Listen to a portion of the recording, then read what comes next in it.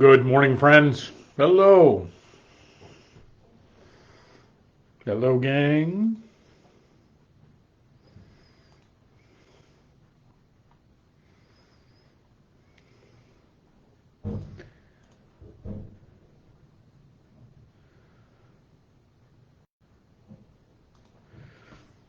Hey, Linda, good morning. How are you? Hope you're doing well. Everybody's having a good day. Hey, Karen, good morning to you.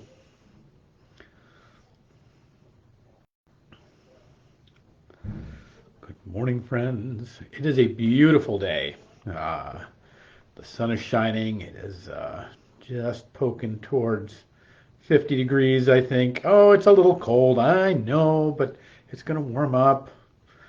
But at least I'm hoping it's going to warm up. I'm believing it's going to warm up because spring is coming. Hey, Fannie Faye Davis, glad to see you're here. Happy Thursday, everybody. Yvette, good morning to you. Hey, John, glad you're here. Always grateful to see you. Hi, Phyllis. Hi, Donna. Good to see you this morning. Welcome, welcome.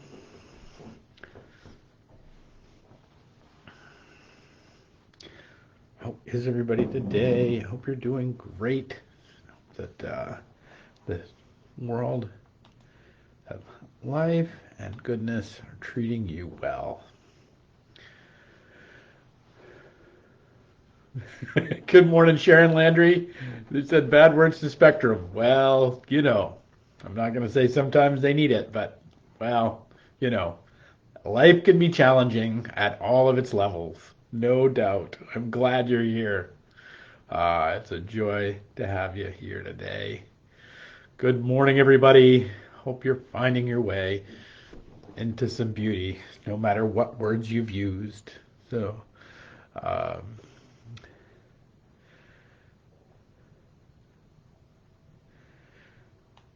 good morning, everybody. So, all right. Hey, Jane. Hi, good morning. Hope John had a great birthday yesterday. Hope that was great. Doing good. Taking mom to the dentist's house. Oh, very nice. So nice to hear she's up and about and doing the things of life. That is wonderful. Good morning. So good morning, everybody. Let's get going. It is the 9th day of March here at 11:11. On this Thursday, it's a wonder that each of you are with us, whether you're joining us live or whether you're going to catch up with us later through the day, or whether you're just finding this moment. Welcome, and you are embraced and wanted here. It is such a joy to have each of you with us and to be a part of this journey that has been ongoing now for we're pushing up our 3rd-year anniversary coming up soon. So we'll talk more about that coming up. But today I want to talk about returning. We actually think of this.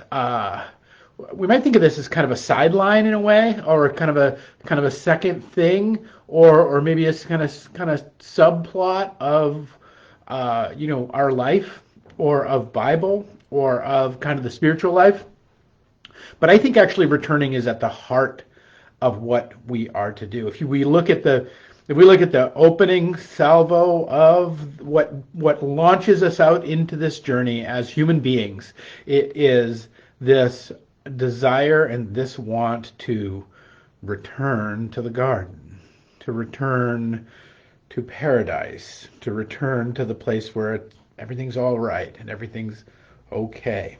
That this life of struggle, which is set, which the fall precipitates, has the right down to the aches and pains when we slide our feet into our fuzzy bunny slippers in the morning, to the moment that we launch ourselves into the world. There's this lingering piece of struggle that comes with what it is to be alive and in this world, and there is this ultimate return. And I'm not just talking about death. I'm talking about that the entire journey starts with this desire to return. The desire that this whether we know it or whether we not, this long journey is that we might find ourselves back in our way back to the garden. That this is the human condition.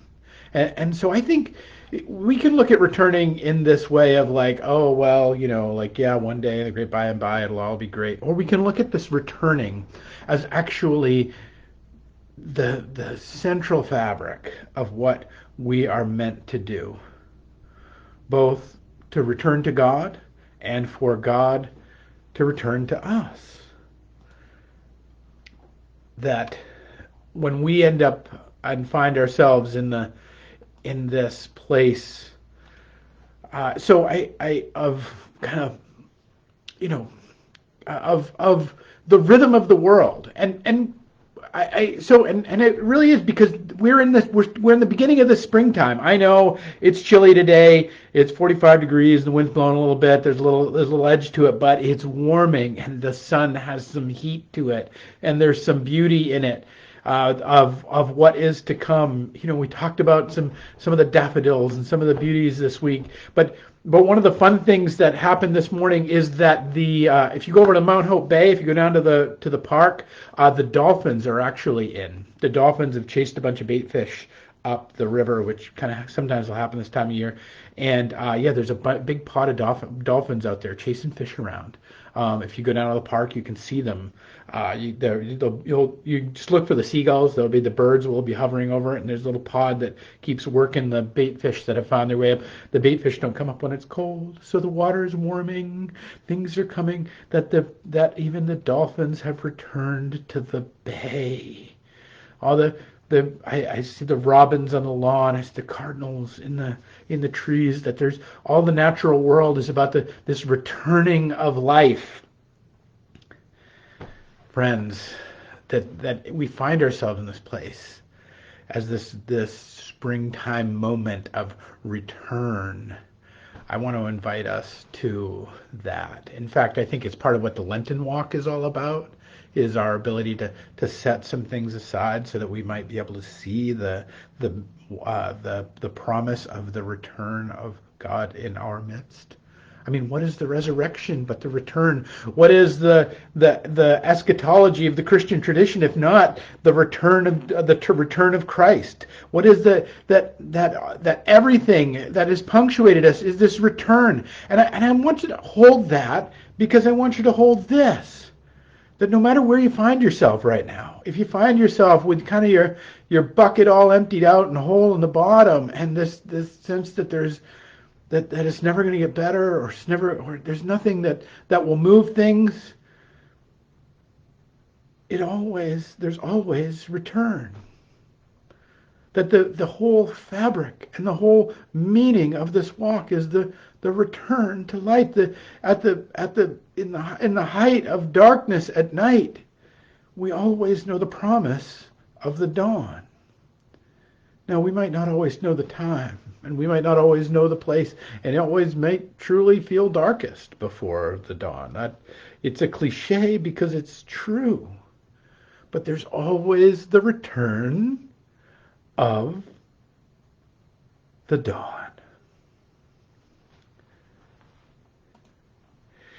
In the 24th chapter of Jeremiah, So Jeremiah is a prophet that comes along and speaks to the people of Israel. And the thing about Jeremiah is mouthy. He has this way in which he will tell the king the things that the king that doesn't want to hear. He's the guy that says the emperor has no clothes. He's the guy that points to the big army outside, and you know what? They're going to get you because you all have been messing it up. These are Jeremiah's words, and they actually end up throwing him in a well for his good work and faithful service to the Lord, because it's like no king wants to hear that. No king wants to hear that things are not going to things are going to go badly. You're not helping you're not helping the stock price when you do that. The great story of Jeremiah and all that takes place, but there's this.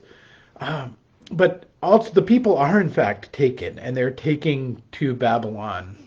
And Jeremiah is seeing the people that have been taken, and he says that these little group of exiles that are kind of lost in the middle of this foreign place in this foreign land, and he says, and he's given this vision of good figs and bad figs, good fruit and bad figs, and good fruit and bad fruit. And the Lord says this, he said, and this is how it goes. He says, "What do you see, Jeremiah?" He says, "Well, I look at this vision that you've given me, and the good ones are very, very good, and the bad ones cannot be eaten. And when the Lord came to me, this is what the Lord God of Israel says.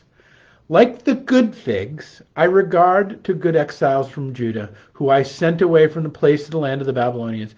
My eyes watch over them for their good, and I will bring them back to this land. I will build them up and not tear them down. I will plant them and not uproot them.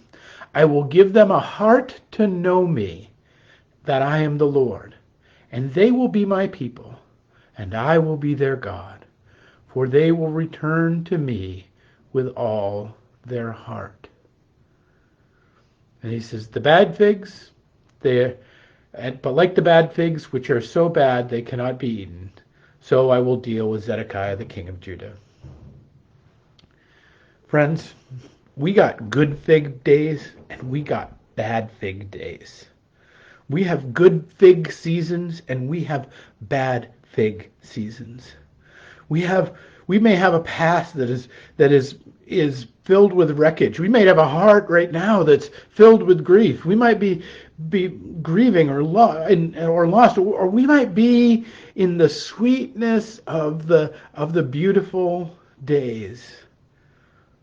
But what we all must remember is that the great promise is that the goodness of it all, the way in which the point of it all, the point of this, supposed exile, that we're talking about the exile of people in Jerusalem, but this is also alludes to the greater exile. This greater exile of us from, why is there bone cancer in kids? The greater exile of why are we in this mortal world? Why, the greater exile is about why can't my husband or my wife just say one nice thing? Why can't my kids just appreciate me? Why can't my life be filled with love and grace and joy and people I love, rather than me sit here in isolation? Why can't all the brokenness and all the difficulty of the world? Why can't we just get things together and do better on all the different ways in which we see the brokenness of the world? The exile isn't just this little story out there. This exile is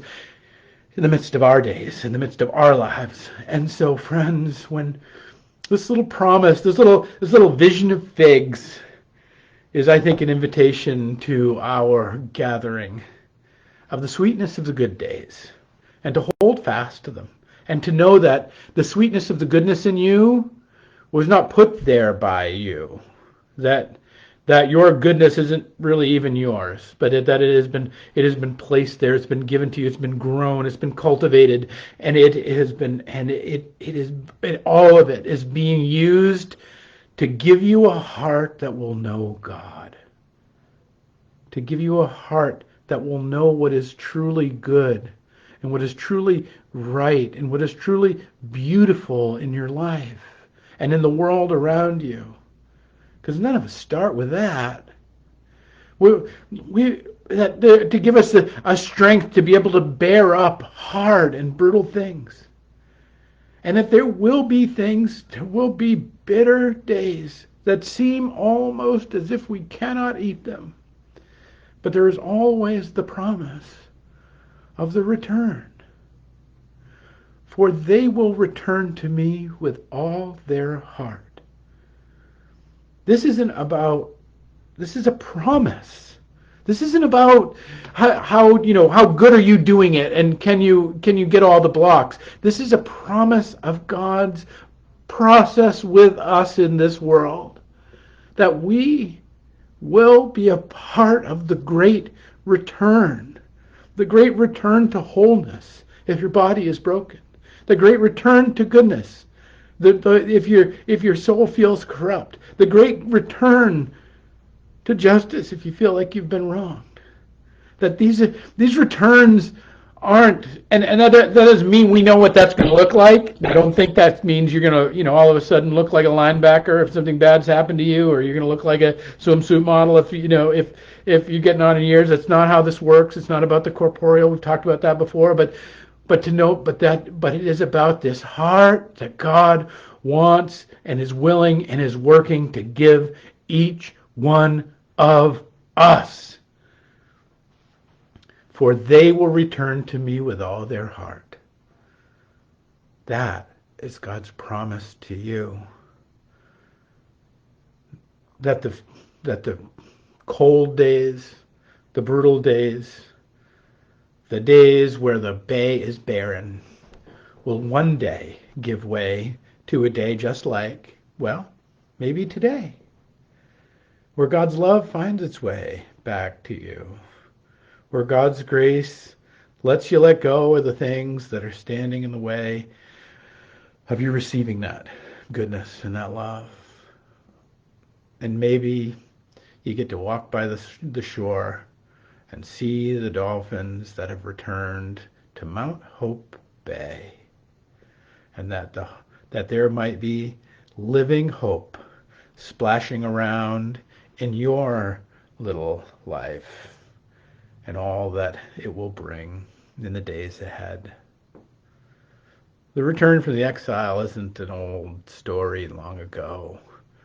The return from the exile is a king that comes to our lives right here and right now to give us new hearts, to give us new understandings, to give us new ways of being, that we might feast upon the sweetness of our days, knowing that right along next to him might be some bitterness, but that in it we have hearts that are made to return and to return and to return again to the most true and good and beautiful of all things.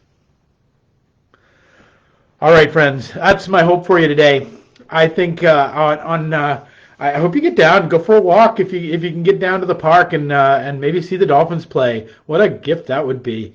We are coming up on we have our annual meeting on Sunday. So I hope if you're at all about, I hope you can make it here, 282 Rock Street, 10 o'clock. We're gonna have a great meal afterwards. We're gonna do some business. We're gonna say out the saints, the names of the saints that have gone before us in the necrology. We're gonna talk about and celebrate the year that we just had as being the church. It's going to be a great Sunday. I hope you will you'll make it a part of your life and your place here. And with all of that, no matter where you find yourself and no matter where you are, I hope you will return here on Tuesday and continue to be a part of our journeying at 11:11. And so, peace and grace to you, my friends, and we'll pick it up next week with another 11:11.